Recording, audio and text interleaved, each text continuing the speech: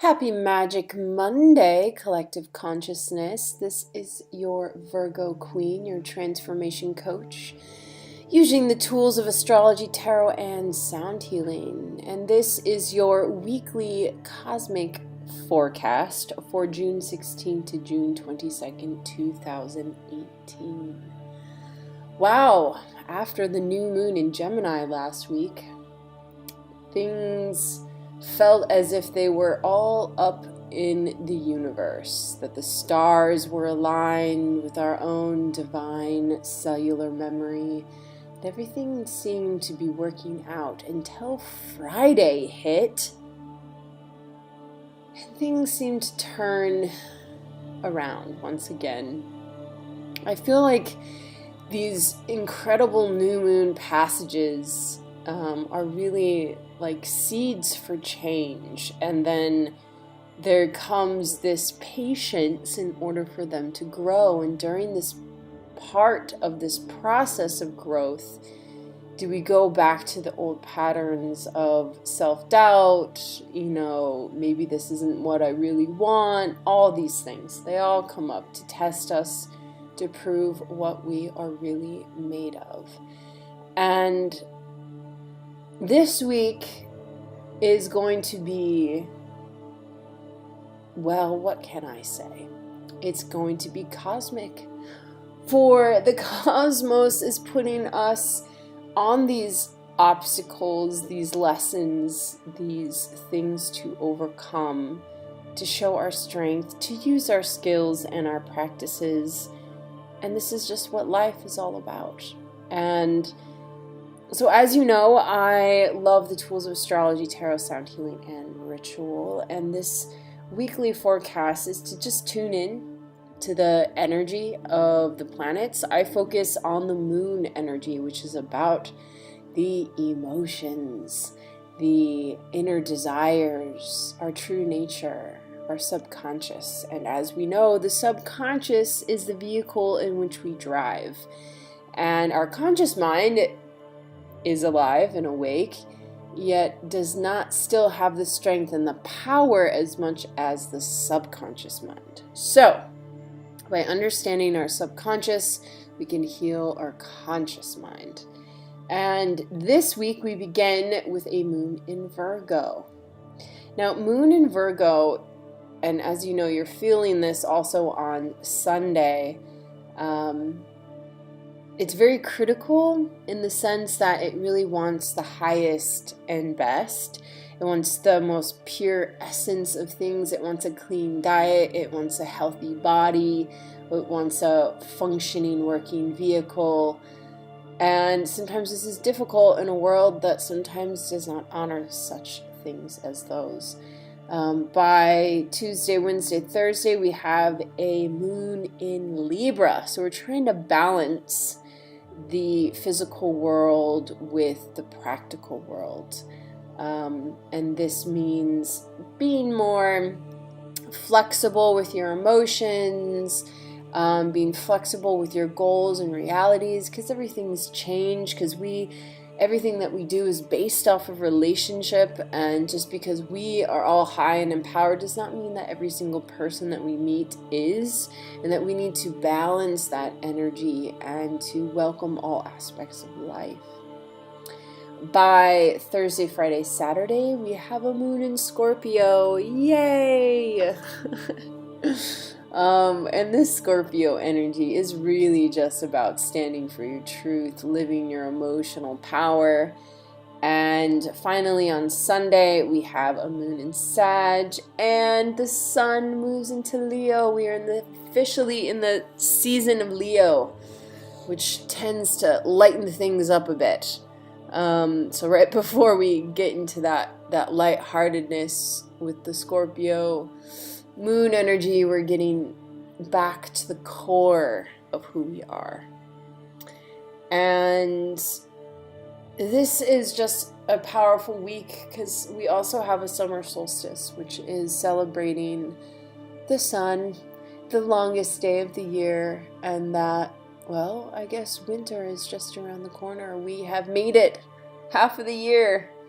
And it's a time to celebrate all that we've achieved thus far, no matter what your goals and ambitions and all of those things were planned. Like, wow, by the time of June, I thought I was going to have all these things finished. Well, sometimes the ego puts on these expectations that the soul is just don't agree with, and sometimes we just need to surrender to that.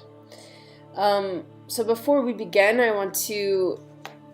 we have begun, and I want to emphasize more of how we work with the energy of the week. And I called in a goddess for the week, and I have to say that I shuffled the goddess deck. I was calling in the powers that be for this week, and yet I still picked Kuan Yin, which was our goddess last week.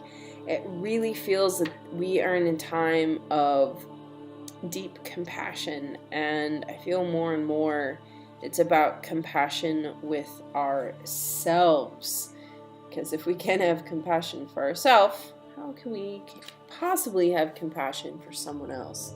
So I'm just going to read it again to remind us, what is compassion? Release judgments about yourself and others and focus on the love and light that is within everyone. Gentleness is the strength behind true power, and it comes from feeding yourself with nourishing words, thoughts, deeds, intentions, and all forms of food. Shield yourself from harshness by placing in intention to attract only kind and gentle life lessons in relationships. Transform harshness into gentleness by refusing to see anything but the shining light that's within each person and situation. This intention begins with your relationship with yourself. Be gentle with all self in all ways. Be happy, be kind, be sweet, but most of all, be true to you. Release guilt and shame to heaven for healing and transmutation. Keep your thoughts about yourself and others positive. Avoid gossip or bad-mouthing of yourself or others. Forgive yourself or another. Don't be so hard on yourself or others. Release perfectionist tendencies. Kuan Yin, the Eastern goddess Kuan Yin, hears all prayers and is the essence of purity, nurturing love, and gentle power. Kuan Yin has chosen to stay near Earth until all beings are enlightened. This youthful and beautiful goddess helps us feel compassion and mercy toward ourselves and others. She's also a protectress of women and children, and she awakens musical interests and abilities as well as psychic clairvoyance. Thank you, dear Kuan Yin. I feel like at the beginning of last week, after reading Kuan Yin's message and really integrating into my own practice and, reminding others of compassion throughout the week, and then having that just like electrifying new moon in Gemini. And it wasn't until towards the end of the week, over the weekend, where I kind of lost the feeling of it, that I got caught up in this moment of a Uranus transit surprise. And as soon as that happens, it's like all the old stress responses and all these things reemerge because they've been dormant because, everything's been happy, healthy, and alive. But as soon as something doesn't work, all those old responses come back. And I'm just constantly looking at, I know it takes time to reprogram, and it takes time for the whole world to figure out a new, healthier way to live life and to respond to all the stress indicators. So I really just want to remind everyone, and perhaps I guess myself, that we can always start again. That I think that's maybe how, and that is how the cells get reprogrammed, is that you have to keep using these tools. You have to keep doing, the affirmations, the compassion, and the non-judgment on a daily basis. It's not like you do one big ritual. Every moment is a ritual. Every moment is becoming this cellular awareness of what energy you want to focus on and what not. And I just want to remind you that it's okay when those things happen again. When those old responses or habits or beliefs reemerge, you're like, oh wow, hey, cool, what's up? How are you? Let's shift this. Let's change it. And you might be stuck there for a day or two. I don't know. These things take their own time, but the practice is making space for those and seeing how you truly can transform them in those moments. And that's where all the magic comes from. Now, the weekly tarot reading. Tarot really, I feel, holds the energy just as much as astrology, but it like tells it in a way of visual story. And the overall energy for the week is Priestess of Wands, which this is like, you know, coming into the Leo energy. She even has a Leo. She has this beautiful rainbow and sun, and she's, you know, life is abundant all around her. She's really focused on her abundance, how she receives abundance, how she gives abundance, and she's on her power path. I feel like that is the word for Priestess of Wands. She's on her power path. And, you know, obviously there's obstacles in the way. And she, like, walks over the obstacles. She growls at the obstacles. She, you know, spins and jumps on the line's back and goes directly into the obstacle. And there's all these different ways, and how to learn to deal with obstacles will be one of the greatest gifts that you give yourself. Now, the conflict for the week is Daughter of Cups, and it's basically reverse, almost far to the left-hand side.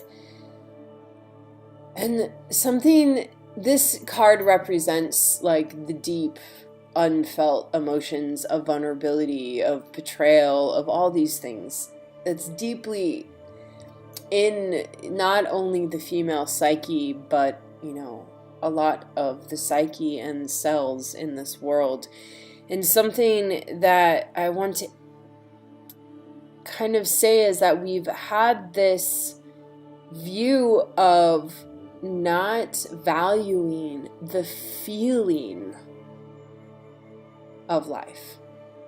And this is why I do this weekly forecast, is for you to feel what it's like this week, for you to understand that, you know, you may be fiery some days, and you may then have to go into this deep emotional pattern and to really speak your truth or live your truth or become your truth.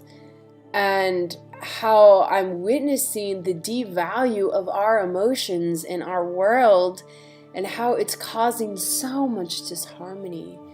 And I really want you to just begin with yourself, to honor the emotions of you, to honor the emotions that live inside you, that are around you, that are within someone else, that may be reflected to you. We are emotional beings.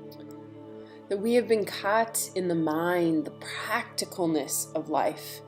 And I feel like this is where a lot of women's fierceness is coming from. That the suppression of our creative emotions, well, it's rising, and there may be a lot of rage in the world. But I feel like this rage, when turned into creative ambitions, can really transform our paradigm in which we are in. The outcome is Shaman of Discs.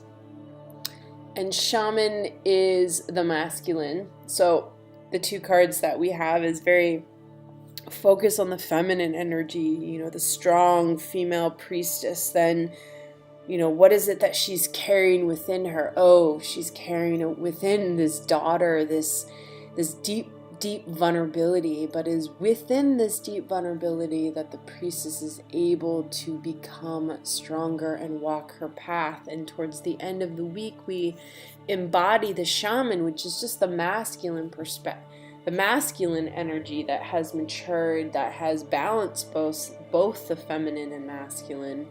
And it's in discs, shaman of discs. It's about our work in the world, the physical body completely embodying our emotions and our psyche and putting it to good work. And so, when I'm saying use these emotions by creating with them, they want to be created, they want to be moved. That is why they're there. Most artists create drama and distractions and all these things simply because they must create art. They must express themselves. And when an artist does not express themselves, then they can be quite dramatic, if you will. And so just to remind you that, it does take both the practical and the emotional to get the job done.